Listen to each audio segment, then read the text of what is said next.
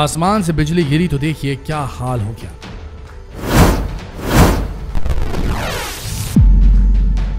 अपने खेत पर जाते वक्त हरियाणा के 25 साल के गोपाल साहब अचानक तेज धमाके के साथ गिरी बिजली की चपेट में आ गए और उनकी जान चली गई। ग्रेटर नोएडा के रहने वाले 20 साल के गौतम भारती तो आराम से अपने मोबाइल पर बात कर रहे थे। पास में बिजली गिरी और पता नहीं कैसे अचानक उनका मोबाइल ही फट गया और गौतम बुरी तरह झुलसकर सीधे अस्पताल पहुंच गए। राजस्थान के अलवर के रहने वाली 5 साल की बच्ची देवी मीणा वज्रपात की चपेट में आ गई और उसे अपनी जान गंवानी पड़ी। ये तो पिछले कुछ महीनों में हुआ एक ट्रेलर मात्र है। पूरी फिल्म का जिक्र करने लगे तो सुबह से रात हो जाएगी। दोस्तों, ये कुछ ऐसी घटनाएं हैं जो ये साबित करती हैं कि आसमान से बिजली गिरना कोई मामूली बात नहीं। आसमानी बिजली दुनिया की सबसे ज्यादा घटने वाली प्राकृतिक घटना है और दुनिया में शायद ही कोई हो जिसने इसे ना देखा हो। इसीलिए तो कहते हैं कि जब मौसम खराब हो, आसमान में बिजली कड़क रही हो, तो बेहतर है कि हम बाहर ना निकलें। बिजली का गिरना और बिजली का चमकना दोनों अलग अलग बातें। तो आइए हम आपको इसके बारे में बताते हैं। बिजली का चमकना बिजली का गिरना नहीं होता। बिजली अगर आकाश में ही रहे तो उसे केवल बिजली का चमकना या गरजना कहेगा, लेकिन बिजली अगर धरती से या धरती पर किसी चीज से टकराए तो वो बिजली का चमकना गरजना तो होगा, साथ ही बिजली का गिरना भी कहलाएगा। अब जानेंगे कि आसमान में बिजली का चमकना कैसे पॉसिबल हो पाता है। इसके लिए पहले हमें स्टैटिक चार्ज को समझना होगा। स्टैटिक चार्ज 2 तरह का होता है। जिस लिक्विड में इलेक्ट्रॉन ज्यादा होंगे उसमें स्टैटिक नेगेटिव चार्ज, और जिसमें प्रोटॉन ज्यादा होंगे उसमें स्टैटिक पॉजिटिव चार्ज होता है। स्टैटिक चार्ज का प्रोसेस समंदर के पानी से शुरू होता है। समंदर का पानी भाप बनकर ऊपर उठता है। ये जैसे जैसे ऊपर पहुंचता है ठंडा होने लगता है। ठंडा होकर पानी की छोटी छोटी बूंदों के रूप में इकट्ठा होकर बादल बन जाता है। फिर भी इसका बड़ा होते रहना और ठंडा होते रहना जारी रहता है। बादल के ऊपर का भाग तो इतना ठंडा हो जाता है कि छोटे छोटे बर्फ के कण बनने लगते हैं। ये बर्फ के कण हवा के कणों से टकराने लगते हैं और इस घर्षण से पैदा होता है स्टैटिक चार्ज। अब प्रोटॉन और इलेक्ट्रॉन में बेशक चार्ज बराबर, लेकिन वजन इलेक्ट्रॉन का ज्यादा होता है। इसीलिए सारा पॉजिटिव चार्ज बादलों के ऊपर वाले हिस्से में इकट्ठा हो जाता है और सारा नेगेटिव चार्ज नीचे वाले हिस्से में।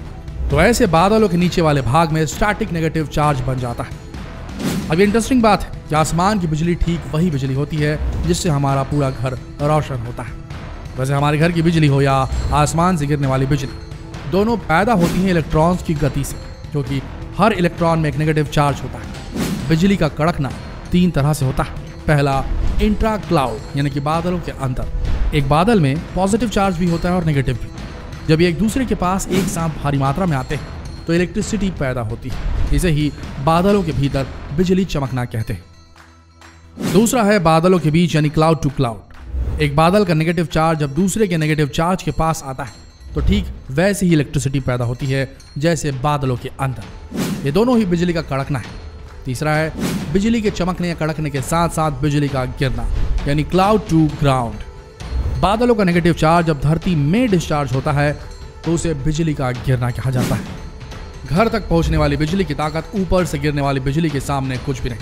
जब बिजली जमीन पर गिरती है तो उसकी ताकत 10 करोड़ वोल्ट तक हो सकती है। ये कितनी भीषण है इसे इस बात से समझा जा सकता है कि हमारे घर में सप्लाई होने वाली बिजली की ताकत महज 220 वोल्ट होती है। आसमानी बिजली के बारे में ये जानना भी जरूरी है कि बिजली गिरने के वक्त आवाज क्यों होती है। इसे समझने के लिए एक और मजेदार बात बताते हैं। आसमान से जो बिजली गिरती है उसका टेम्परेचर सूरज की सतह से 5 गुना अधिक होता है। मतलब जब यह जमीन पर गिरती है तो अपने पूरे रास्ते को बहुत कम समय में बहुत ज्यादा गर्म कर देती है। इसलिए गुजरने वाले रास्ते की हवा पहले तो बड़ी तेजी से सिमट जाती है, फिर वायुमंडल के दबाव के चलते तेजी से एक्सपैंड होती है। इतना कि उसे फैलना नहीं फटना कहा जा सकता है, और इसी फटने के चलते बहुत तेज आवाज या धमाका होता है। अब यह हर कोई जानता है कि हम तक बिजली की चमक पहले और आवाज बाद में पहुंचती है। ऐसा इसलिए क्योंकि लाइट साउंड से कहीं ज्यादा फास्ट होती है। लेकिन इन दोनों के बीच के अंतर से आप ये पता लगा सकते हैं कि बिजली कितनी दूर गिरी है। कुछ कैलकुलेशंस के बाद ये रिजल्ट आता है कि अगर बिजली की रोशनी के 5 सेकंड बाद आवाज सुनाई देती है तो बिजली हमसे 1 मील दूर गिरी या चमकी होगी। इस हिसाब से अगर 10 सेकंड बाद आवाज सुनाई देती है तो बिजली हमसे 2 मील दूर गिरी होगी। अब आप कहेंगे कि इतनी दूर से बिजली दिखेगी क्या? तो ये जान लीजिए कि बिजली का कड़कना 100 मील की दूरी तक से दिखाई दे सकता है, लेकिन इसकी आवाज़ ज़्यादा से ज़्यादा 12 मील तक ही सुनाई दे सकती है। अब एक फैक्ट ये भी जान लीजिए कि आज तक जितने लोगों पर बिजली गिरी है उनमें से केवल 10% लोग ही मरे, क्योंकि आसमान से गिरने वाली बिजली का तापमान और करंट चाहे बहुत ज़्यादा, लेकिन ये रहती सेकंड के 1000वें से लेकर 500वें भाग तक ही है। ये ऐसा ही है जैसे किसी गर्म तवे को फटाफट छूना, उसमें से हाथ तुरंत हटा लेना।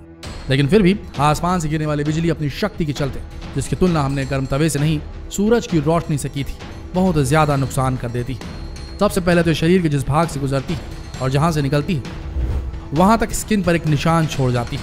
ये निशान किसी पेड़ की जड़ के टैटू सरीखा लगता है। इसे लिचेंडबर्ग फिगर कहा जाता है। साथ ही उन 10% केसेस में जिसमें बिजली गिरने के बाद इंसान नहीं बच पाता, उसमें हार्ट का रुकना अहम रोल अदा करता है। बिजली गिरने के दौरान दिमाग भी एक पल के लिए झनझना जाता है, खासतौर पर तब जब बिजली सीधे सिर पर गिरी। लेकिन वो 90% लोग जो सर्वाइव कर जाते हैं उनमें भी कई दिक्कतें आ सकती हैं, जैसे तेज आवाज़ के चलते कान के पर्दों का फट जाना, शरीर के किसी विशेष अंग या पूरे शरीर में लकवा मार जाना। साथ ही बिजली गिरने के टेरर के बाद कुछ साइकोलॉजिकल दिक्कतें भी आने लगती हैं, जिसमें 1-2 घंटे तक शॉक्ड हो जाना, जैसे छोटे मोटे मनोवैज्ञानिक इफेक्ट से लेकर डिप्रेशन और सुइसाइड के विचार जैसे बड़े बड़े दुष्परिणाम भी शामिल हैं। अब ये भी जान लेते हैं कि पेड़ों पर बिजली के गिरने से क्या होगा। यदि बिजली किसी पेड़ पर गिरे तो पेड़ में विस्फोट हो सकता है। ऐसा इसलिए होता है क्योंकि बिजली के गिरने से उत्पन्न भारी गर्मी पेड़ के अंदर मौजूद नमी को वेपराइज कर देती है और भाप पैदा करती है, जो पेड़ के तने को फोड़कर तेजी से बाहर निकलती है।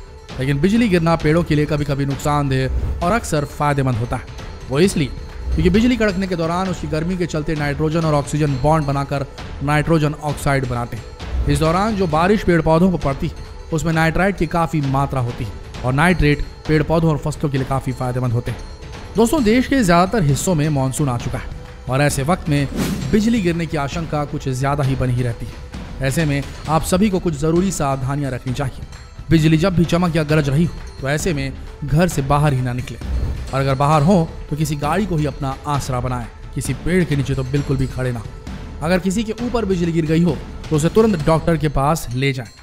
बिजली गरज रही हो, अगर आपके आसपास बिजली गरजने की आवाज़ बहुत ज़ोर से आ रही हो और ऐसे टाइम पे अगर आपके रोंगटे खड़े हो रहे हैं, शरीर पे जो बाल हैं वो खड़े हो रहे हैं अचानक से, तो ऐसे में दुबक कर अपने दोनों हाथों को घुटनों पर रखकर और सर को दोनों घुटनों के बीच में रखकर बैठ जाएं। ऐसे में आपका ज़मीन से कम संपर्क होगा। बिजली गरजने के समय छतरी और मोबाइल को बिल्कुल भी यूज़ ना करें। और हाँ, अंत में एक बात और, ये बिल्कुल गलत धारणा है कि एक बार जहाँ बिजली गिर जाए वहाँ दोबारा नहीं गिरती। ऐसे बहुत से केसेस हुए हैं जहाँ बिजली एक ही जगह कई बार गिरी है।